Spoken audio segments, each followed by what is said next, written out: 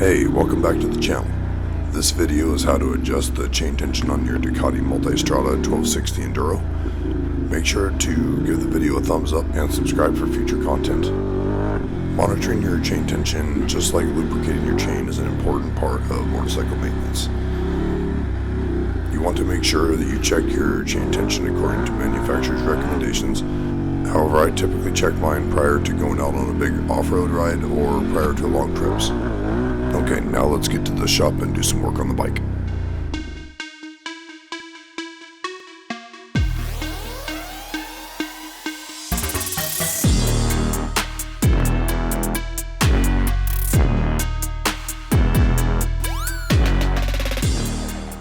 So before you start adjusting anything, make sure that you check the chain tension and confirm adjustment is actually needed. For the 2020 Ducati Multistrada Enduro, you start by setting the ride mode to touring and make sure that it is set to rider only for the load mode. So to check the chain tension on the Multistrada, you first move the bike frontwards and backwards to see where the chain tension is tightest. You then use a measuring device to check the tension by measuring from the aluminum part of the swing arm to the middle connecting link, like the manual states. The manual also shows to measure at the center point of the chain, which I measured to be at the foot of the center stand, so it is a convenient reference point that I don't have to measure each time. For the Multistrada, you simply push down on the chain with one finger and allow the chain to come back to a relaxed state. The distance from the bottom of the swing arm to the center links of the chain is supposed to be 53 to 55 millimeters. So now that I've checked that, and I do need to adjust the chain tension, there are four main parts of the swing arm that you need to be aware of as we are going through this process. First, there are the alignment marks, which are present on both the right and left side of the swing arm, the axle nut, which is only on the right side, and then the swing arm nut and bolt, which are present on both the left and right side of the swing arm. Now start by loosening the axle nut by rotating it counterclockwise.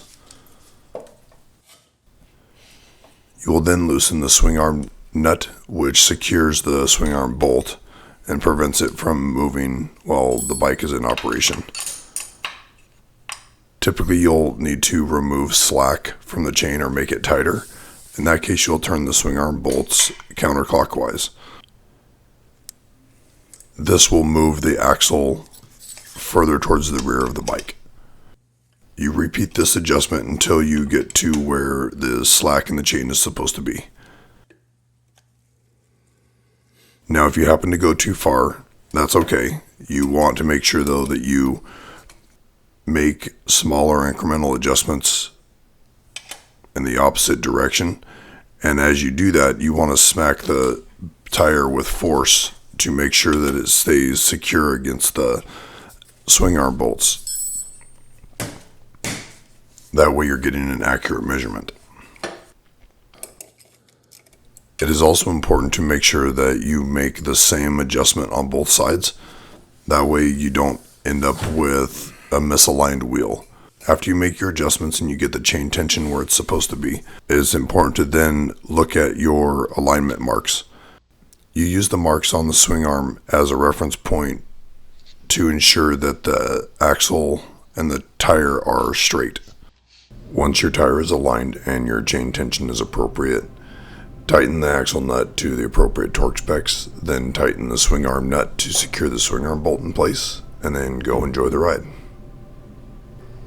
Thank you for watching, and make sure to give the video a big thumbs up and subscribe for future content.